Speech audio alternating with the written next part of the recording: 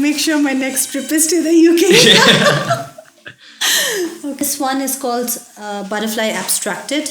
So it's about change because of COVID. Okay. The situation's really bad around the world. So I got this time to explore art, and that's what I'm doing.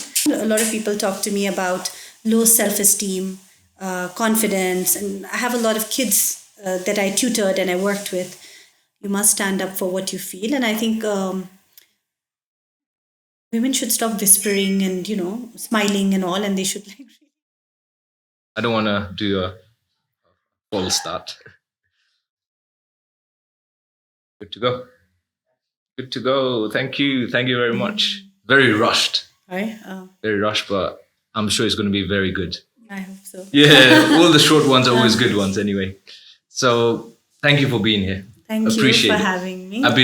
We've been talking for a while now, and hit and miss. Like I tried arranging it before, and it didn't happen, and finally we're here. Doesn't sound so right.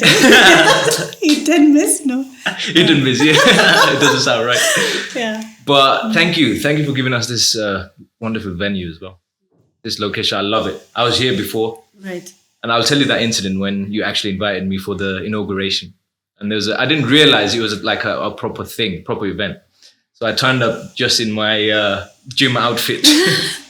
But so did my friend. She also came in. Yeah, I know that. Yeah. But I was so embarrassed. I was underdressed for the occasion. I didn't realize. And then when I saw people that were dressed up, I was like, okay, I'm just We were gonna... completely dressed, saris. And all yeah, that, full attire. But okay. But I'm so glad you could make it for the opening. So you Thank could you. see for yourself. It was what really kind good. of work I do and everything. Some of the stuff that I realized that my mind needs to open up a lot to understand the paintings. No, not really.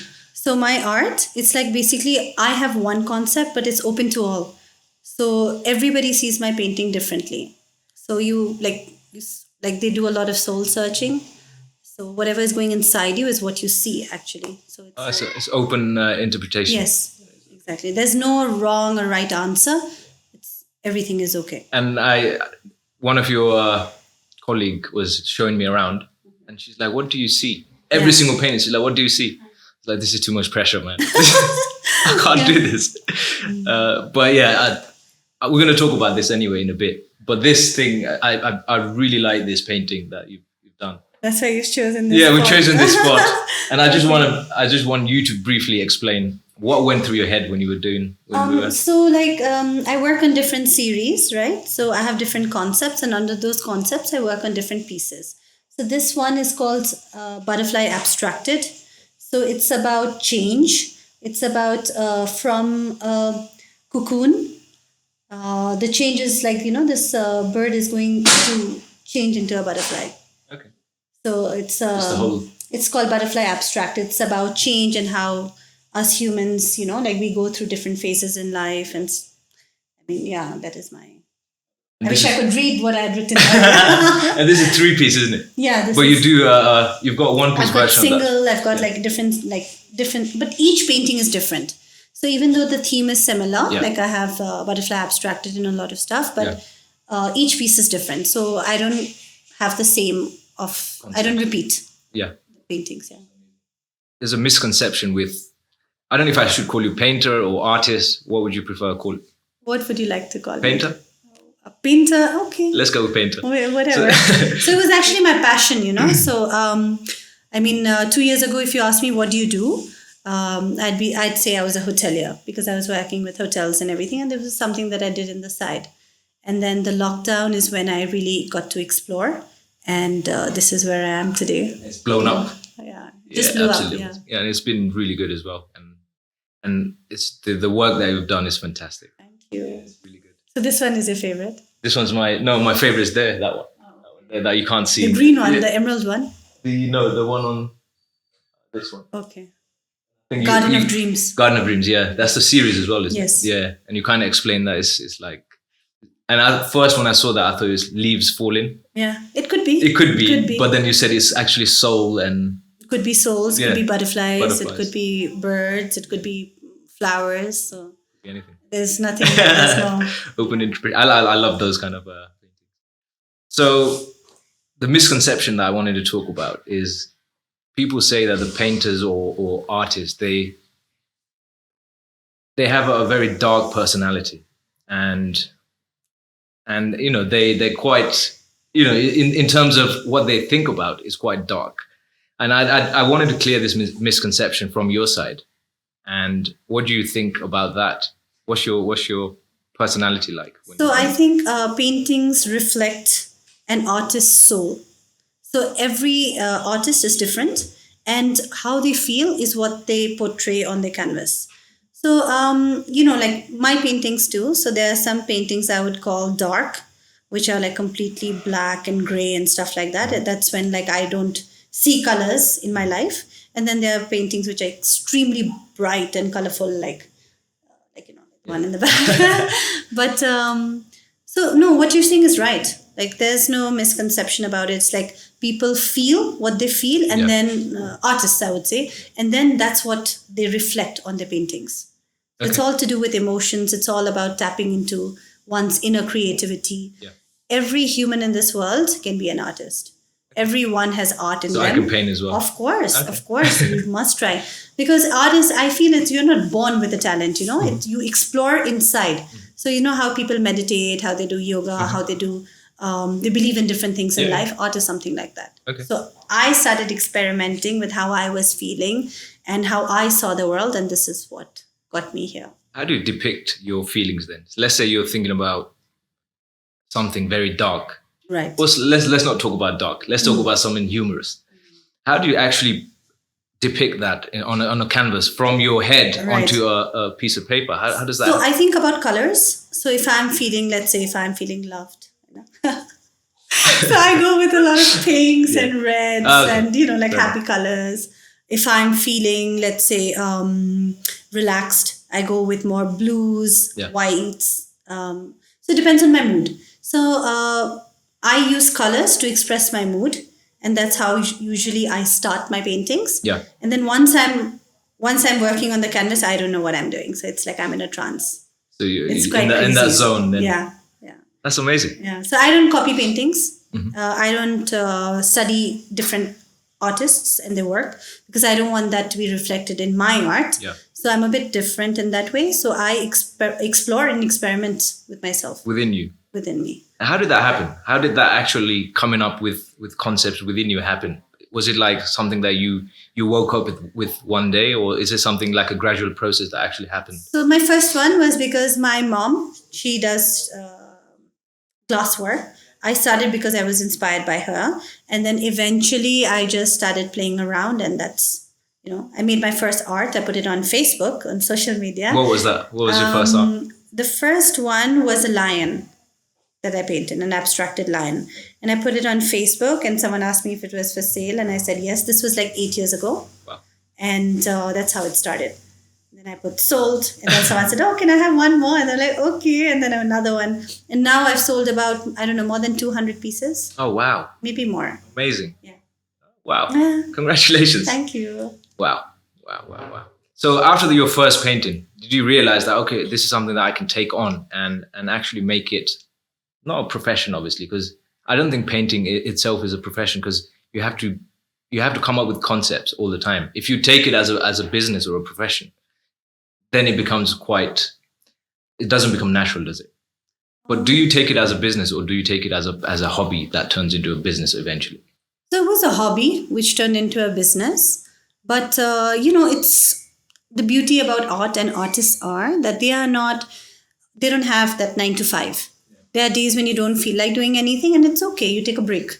So it's been almost, let's say, 3 weeks since I've painted. Oh, wow. So imagine I haven't been working for 3 weeks. Yeah. So you have that flexibility because it's a lot to do with energy. And when I'm feeling it, I can create like back-to-back works. But sometimes I need a break. So like now. So I think that's is that the answer? Transition. Yeah, okay. Fair enough. And do you think that now that you said you haven't painted for 3 weeks, do you have that pressure of like creating something? I mean, yeah. Soon. Yeah. Actually, like I feel the itch, but I might take 1 more week.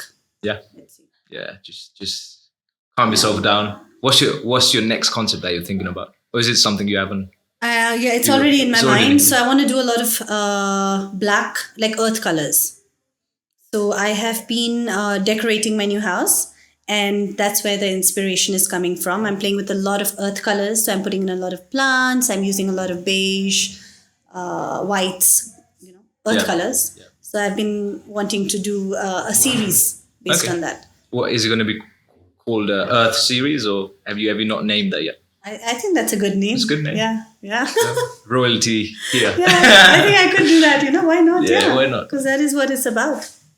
And is there a particular feeling that it was? Is it just the inspiration from the house, or is it something else that's driving you to create that? I think series? it's the so I start my work based on my inspiration and what I'm doing. So if I'm like moved by a moment or something like that, like for this time, it's because of my house. Okay. So because I've been into it and Yeah. it has my 100% attention. Yeah. So that's how like the concept is like I feel like it's pulling me Yeah. to create something with that. So something dark. Let's talk about dark painting Dark? that you've Oh done. my god, you love the dark subject. Yeah, I like the dark side. I have a dark side in me. Everyone has it. Yeah. Let's talk about the dark. Still you're wearing like a mauve sweater. The reason I wore this is because I was in an art gallery, right? So I Right. wanted to be a bit colorful. And I was telling these guys, like, I've got two options. I've got a blue one, which looks plain, or something colorful. And they're like, let's go with the color. Let's go with the color. So this is I'm not good with fashion. No, it's It's nice. okay. Yeah, it's very nice. What is it? Is it purple or blue? Purple. Oh, sorry, purple or pink? Purple. It is purple. For me, it's purple. I put a poll up on Instagram. And then? There's a lot of pinks coming up. Okay, colorblind. Colorblind. Yeah, I update. thought you were colorblind. Is this purple or blue? Oh, blue, yeah. Blue or black. They remember there was a dress. It was golden or blue. That was a trend that went. But yeah, obviously that's fine. Let's talk about something else as well. Your profession I don't know if you parked your profession now as a hotelier, or are you going to continue that as well in the future? So I am a hotelier, which I mean it'll never go away from me. Is that something you studied as Yes. well? Okay. But because of COVID, Okay. the situation's really bad around the world. So I got this time to explore art, and that's what I'm doing. And I don't feel like I'm not a person that has like a 10-year plan saying, okay, in 10 years, I need to get here. I'm somebody who explores life, and wherever life takes me and whatever I Go feel with it. like doing, I just switch. Go with the flow. I've switched Yeah. a lot. I started with hotel management when I was 17. And then when I turned 22, I was in the acting industry. Were you? Yeah. And then I did that for like 5 years or 4 years. And I did a movie and whatever. And then when I turned 26, then I got into event management. So I started my own event company. And then I did that for 2-3 years. And then the hotel industry was pulling me back. So I went back into the hospitality industry. And then I did that for about a few years. Mm-hmm. And then now I'm Doing walking this. the path of art. Doing this completely different stuff as well. Right. 4 different sector that you've already Yeah. explored. Sure. What's next? No, I don't know. Maybe I'll switch back to hospitality. It's in my blood. Is it something that you like? Is it you're passionate about? I You have like your it. own hotel, you said, anyway. Yeah. So we have our own hotels. I have a wildlife resort and also like a city hotel. Okay. So that's something that it'll be with me forever. So Yeah. But you didn't work in your own place. You worked at various different hotels as well. hotels and around the world. So I worked in China, I worked in Switzerland, Wow. and where else? UAE in Abu Dhabi. Okay. That's where you started your career as a Hotelier, yes. member. Watching that bit. Yeah. So what was it like? What was it like in different places of the world? What I'm talking about is how did you adapt yourself in different places? What was your experience like in different cities? And which one's your favorite so far? Okay, so every city has its own charm. China was partying. Switzerland was the lifestyle. It's super healthy. Financially, it's great. It's a great country to work and progress, and you paid like really well. And then UAE was really nice when it came to adventures. There's a lot of like sand stuff that you can do, sand dunes and all of that. So every country has its own, let's say, has had a very diplomatic answer there. Yeah. Don't want to choose a place. Switzerland's quite nice as well, isn't it? As a country, it's quite nice. Where did you stay in Switzerland? It was a city called Bluch. So it's, let's say, the biggest station there is Crans, Montana. So that's like a ski place. Yeah, I've been around. I've done a road trip around, but I didn't go to that place. No. You must have gone to Geneva. Geneva, Zurich, Basel, and then the whole trip. Interlaken. Where they shoot. That's my favorite. Loads of movies are filmed there. That's probably my favorite place out of everywhere. Interlaken, and that place kind of, I think it reminds me of Nepal a lot. It did anyway. Minus the snow, because obviously I haven't been to places here when it was snowing, but Switzerland was amazing. No, even I felt that, It was amazing. When we were landing, and I didn't know what Switzerland is going to be all about, and I was so excited for my experience. Imagine 17, you're going to university, it's a big thing. And then I land and I see cows and I see the greenery, and I was like, oh, I went from Nepal, to another Nepal, just with Yeah. It's exactly the same, I think. The same. If we had the similar kind of connectivity and everything, Nepal is no less. No less. Especially for hospitality. Nepal's amazing, isn't it? Yeah. How do you... I remember the Visit Nepal 2020. That didn't go ahead. Mm-hmm. Was that a massive event for Nepal? And I still don't see people around in the street, foreigners around in the street. So do you think... I don't know when that's going to happen. The COVID situation is going to go away. But do you think our industry is severely hit now? Of course. And how can we recover back from it? Is it like local tourism that we can encourage more? Yeah, but actually people have been supporting. Like let's say, people have been traveling all over Nepal, including myself. Like in this lockdown, it's been 2 years I haven't stepped out and I'm a traveler. So I guess there are a lot of people like me who are supporting internal tourism and going all around Nepal. But it's going to take some time for us to recover, but it has started. The tourists have started coming in. People are going back to work. A lot of travel agencies are opening because the travel agencies, airlines and hotel industry was like completely, because that's their bread and butter. Yeah. So many hotels got sold in the last 2 years. So it was very disruptive for us, but there's hope. There is hope. There is hope. Because everything is opening up. I see a lot of tourists in Tamil. Yeah. I think they've recently come in as well. Yeah. So hopefully everything goes back to normal, because we need that. Because that's one of our biggest industries as Nepal. We thrive on that. People know us for that as well, outside the world, outside Nepal. So yeah. Mount Everest. Everyone thinks, people don't know Mount Everest as much. Some do. People in the UK? Yeah, some knowledgeable people do. Must be America. Americans, they're bad with geography. So, right, there's one quote that you said in one of the interviews, and I picked that up. I really like that. You said, if you want to win in life, you have to win in your mind first or your head first. Right. What does that mean? It has everything to do with confidence. For me, I feel that if you're not confident inside, how do you project it outside?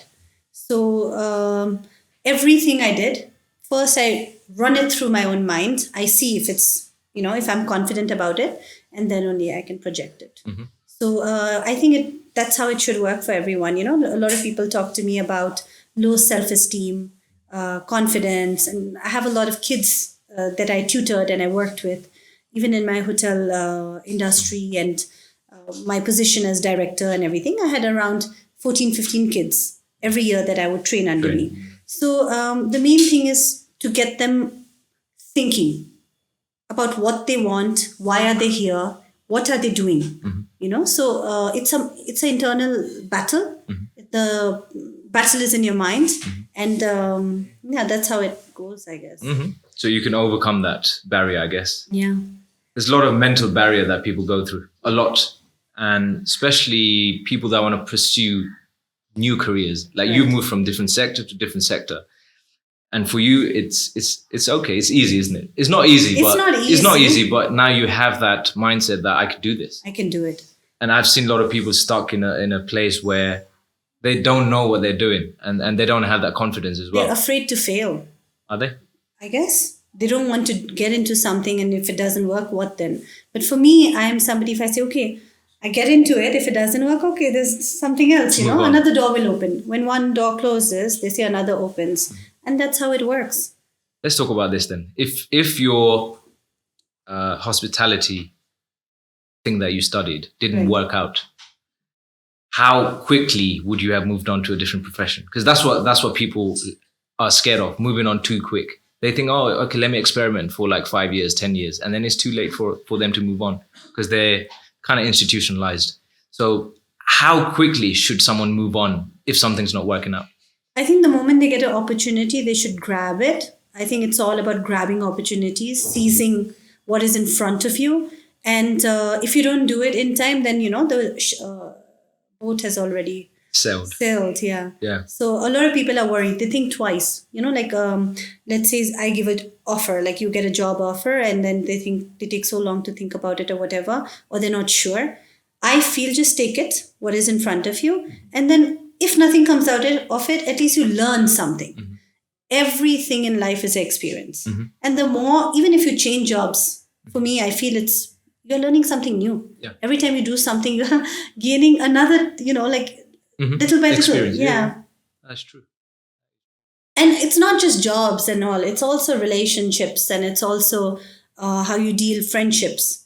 Like people, I feel, are scared to take the risk or are scared to take the chance, and things don't work out. So I feel like if you have something in your mind, you're not confident about it, just like don't think twice and just go for it. Move So on. go, yeah, Just come move. on, work on it. It's Yeah, not so work on difficult. it. Yeah. Work on it. If it doesn't work out, then try something else. Something I guess else. that's similar with relationship as well. You touched on that a little bit. Let's explore that as well, that side.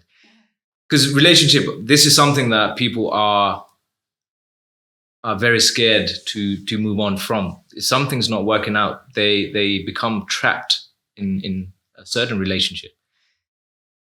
But there is this thing called love. I don't know if it's love or is it just a fear again, because people are scared to move on. What advice would you give kids that are stuck in that little rut? What should they do in terms of if it's not working out? Should they just move on or try? I mean, a relationship for me is something that you have to work on every day. You can't be like, oh, I think he's so hot, or she's so pretty, and then you finally meet that person, or you get together, and then after a while you don't like a few things about each other. It's about working, or it's like when you feel you've had enough, you think why you started and what is the reason that you like this person for, and then you just slowly work on it. So I think it's a lot to do with working on it, but the work has to come from both sides. If it's one-sided, I think it's not worth it.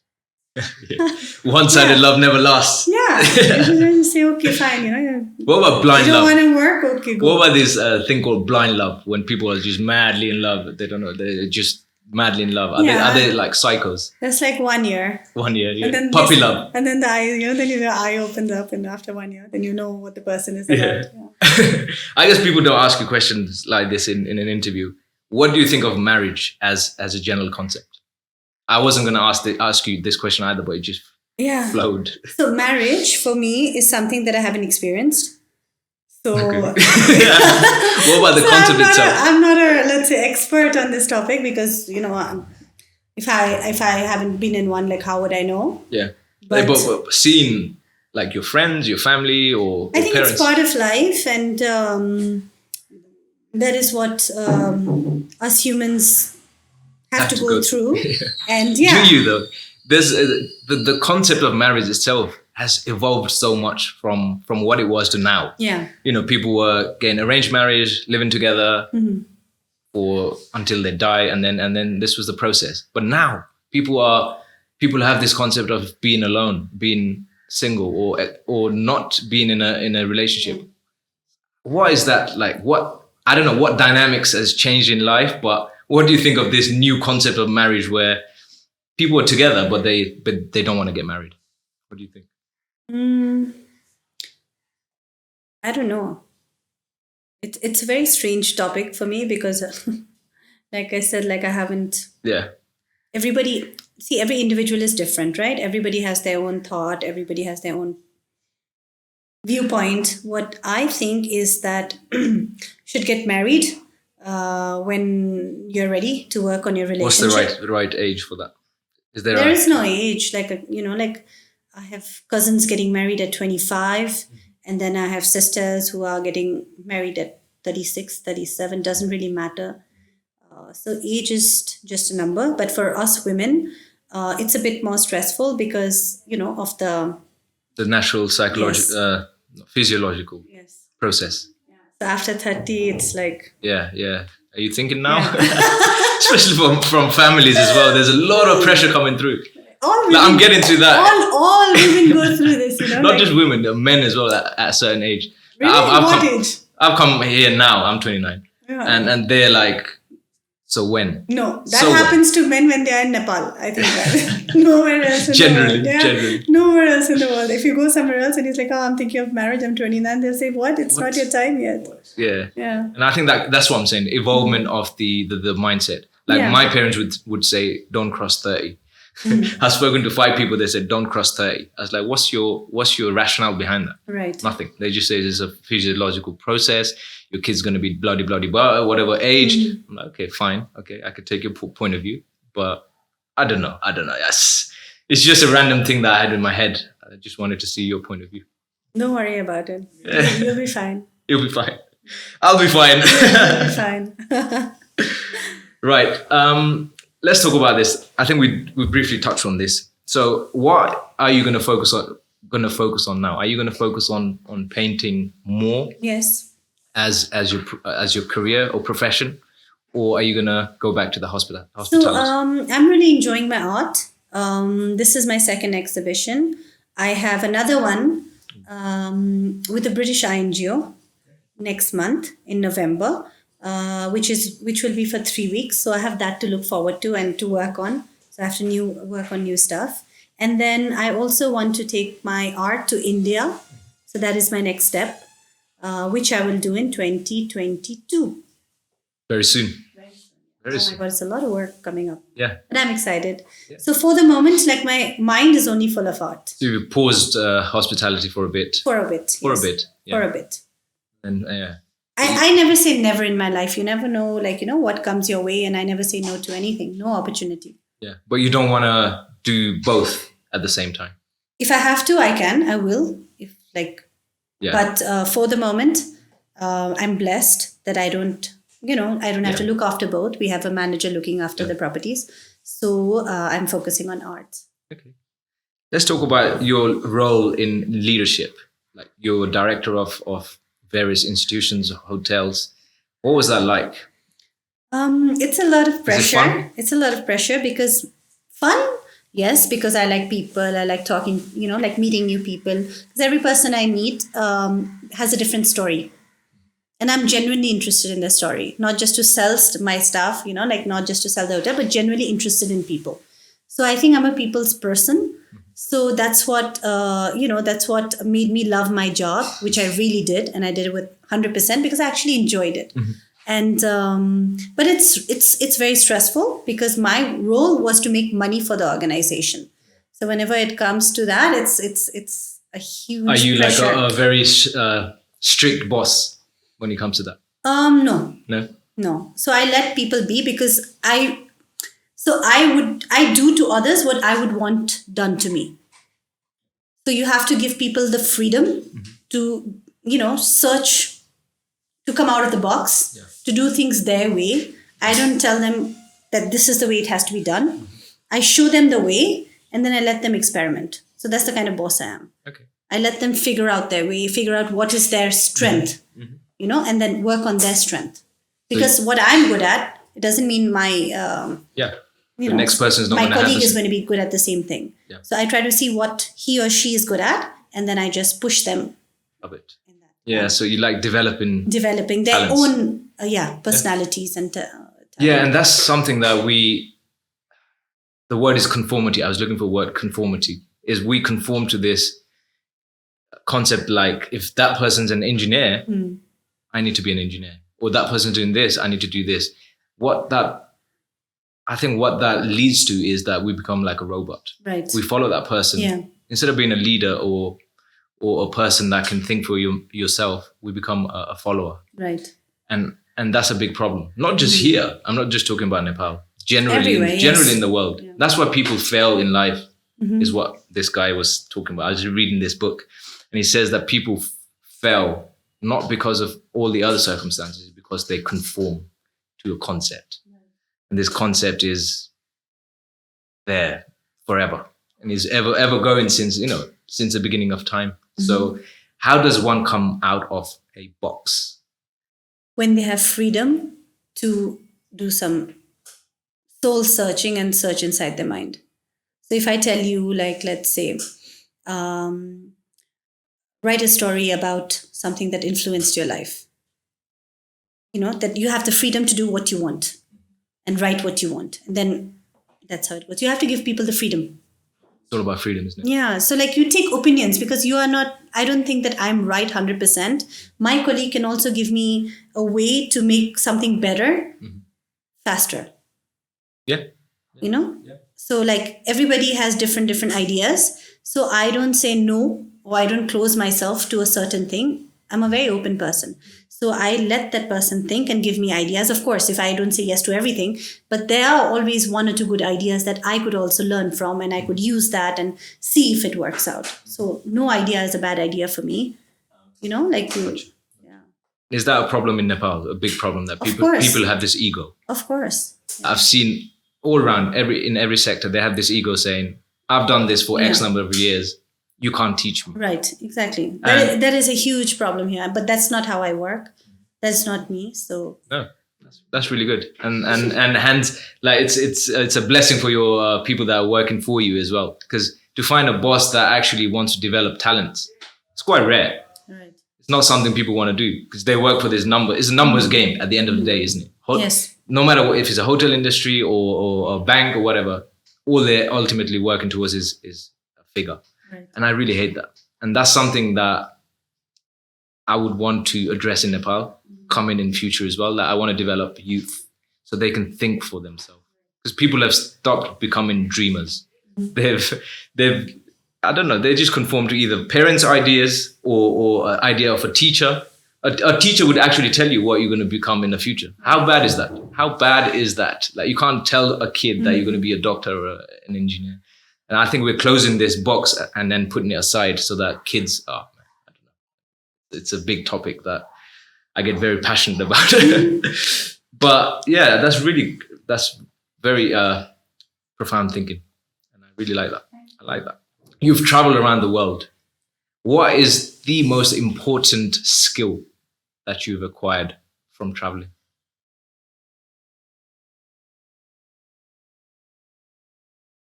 I wish I could say languages, but I'm really, really bad with languages. It's like I lived in so many countries and I tried a lot. Everybody has their plus and negatives. So instead of how many languages can you speak? A lot. No, I can't. You can't? I can't. I wish I could say that I could speak a lot of languages because I, lived in so many parts of the world, but somehow even like the people around me wouldn't even let me try. Like I went to Spain, I tried to learn Spanish, but all the Spanish people would speak to me in English. So it made my life easier. Yeah. So then I was in China and they all spoke to me in English, and then, it helped me, but it helped them, but it didn't help me. Yeah. And then UAE was the same. So I think what I learned, definitely not languages, but I think it was culture.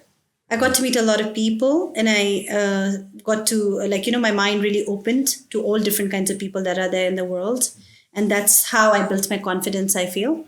Because earlier, while I was growing up, I grew up in a very strict environment.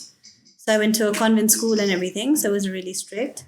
But later, I think because of my travels and everything, that's what I picked up. So was it a Christian school? Convent is a Christian school, isn't it? Yes. I went since I was the age of 5. Can you sing any hymns? Do you remember any hymns from? Yeah, the main one. Or let's do it. No. Come on. Which one is that? What's the main one? Hallelujah. I'm good at singing. No. All right, let's do a very one-liner. You do it and I'll... If I knew what it was, I would do it. I can't. You need to tell me what it is. I can't. What is it? I'm Just tell me what it is in the I'm line. an artist, not a singer. I can play the drums. Can you? Yeah. What other thing that you do outside your like hobby wise? What do you do? I used to play the drums. I was very sporty. I did a lot of swimming, horse riding, football. I traveled to a lot of cities playing football for my school. Do you still watch football? I play. You There's don't some watch? doers and there's I like that. followers. I like that. Yeah, because all guys get excited when I tell them, like, I played football, but like You don't support any team. What team do you support? I don't. One of the first. No, I actually am a doer as well. I play. Okay. I don't support any. Me too. Like, Yeah, Yeah. yeah. I used to support, but he's gonna get disappointed if I say I don't, because he supports that team, and I've moved on. I've moved on in life. Yeah. Right. Yeah. This is one very interesting one. Why are there two pricing for one for tourists and one for locals in Nepal? Well, that sucks. Why is that? Is it just for revenue or? I think the government relies on foreigners as their main source of income in Nepal, since it's a landlocked country and we can't do a lot of trading through waters. So we are very limited the country is very limited to what kind of resources they have and how much money they can make for the general government to rule its people. So I think it's because of that they feel that when the mountains will never go anywhere. Nepal is known for its tourism and everything. So that's where they try to make up for the taxes. So, it's really wrong, but like for us, the country as well, like there are two sides to the coin. So one is really bad because I have so many friends coming from all over the world. And for them, like a ticket to go to, like, let's say my hometown is $300. Whereas for me, it's around $80. So that's the disparity, it's really huge. Massive. But at the same time, I also understand that to survive, the country needs this kind of income. Yeah. So what do you think about it? I think it's too pricey anyway. And I think we need to look at other sources instead of just focusing on getting money out of tourists. I think we need to develop other sectors, which is happening. And I guess that will change and transition into that industry as well. But it sucks, massively sucks, because I'd be traveling with friends and then they would have to pay a different price compared to what I am paying, almost 5 times in most of the cases. So yeah, it's bad. It's bad. I hope that changes. Yeah, I hope so too. I hope the flight tickets, they start with the flights. Yeah. Because that also, like here, it's okay, they come to Kathmandu, but going from Kathmandu to Nepalganj is as expensive as going from Kathmandu to Bangkok. Yeah. So why wouldn't people go to Thailand? Yeah. Why would they travel, give us local internal tourism? Yeah. Which I really feel bad about, because if people were to go to different cities, then everything else would also, it would help the rest of the business people and the city as well. Yeah. More restaurants would come up, other things would also develop. It would help in developing smaller cities as well. Definitely. That's why you need a lot of connectivity. Like, let's say we go to, Spain or Italy. It's not going to be like, if I fly from, Naples to Rome, it's going to cost me $45, let's say. And it's going to cost the same for an Italian. Yeah. So imagine as a Nepali, I went there, it's going to cost me $300 and it's going to cost me $45. It would hurt me. Yeah. So I feel that it really hurts the sentiments of people who come to Nepal, thinking of the mystical and the beautiful country, and suddenly they are bombarded with all these pricing. So it sucks, and I wish the government could change that. Yeah. But I also see why. Yeah, why is that? It is the way it is. But I wish it changes in the future. Okay, I think we're coming to an end anyway. I want to ask you who your favorite artist is or painter is. My mom. Yeah? That's who you draw your inspiration from? My mom, Any other popular artists that you Like I said, I don't study other artworks, and I don't feel like I wish I could paint like this, or I love 99% of the art I see. 99 because there's always that 1% you're like, I don't know. But 99% of all the art that I see, I appreciate. I take a moment to appreciate everybody's internal reflection of themselves. And so I don't have a particular favorite, but I just love art, and I wish people could see it like that. People are very fast to judge. I wish they open their mind and saw every work for what it is. Yeah. Have an open mind. Yes. Everything's unique in all senses of life. Fair enough. Final question is, what advice would you give a female personnel in a very competing job? Because I think what I'm talking about is there's a lot of gap between men being in power versus women being in power, and that's something that I really, really am against. And how do you think women in general should, or what should they do, or how should society in general do to encourage all these women to come up and become a leader? Now, like in the world, there are a lot of women leaders. So earlier, this was the concept, but now I think the world is changing, and I see so many women in powerful positions. And those are the women that are generally very strict. I think if you're too soft and polite and speak in a whisper, like it doesn't really work for you.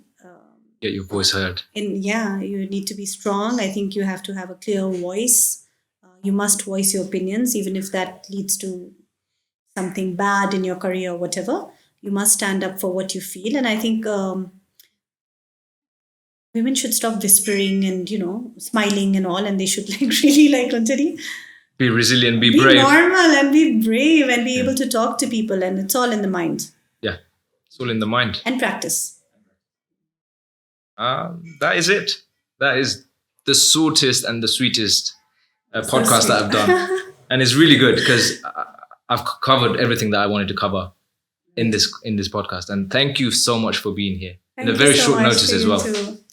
Yeah, it's just literally yesterday and we had to arrange this. And thank you for being here. I know you got so much stuff going on in your life, in your house, and with all the new thing that you're pursuing with. And I wish you all the best in all you do, everything that you do. I was going to say the same thing. I wish you all the best. Go on, it's your turn. Go on, you do what you want. I wish you all the best. No, thank you very much. Honestly, it's been a pleasure having you here. Thank you.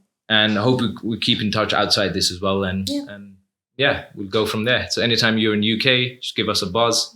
And then, we could take you around. We can go places, Scotland, whatever, or whatever. Doesn't matter. And you're probably a better hospitality person than I am, but I'm a good tourist guide myself. Okay, thank you for the invitation. I'll make sure my next trip is to the UK. Okay. Should be good. So, guys, thank you very much. And it's a wrap. Thank you.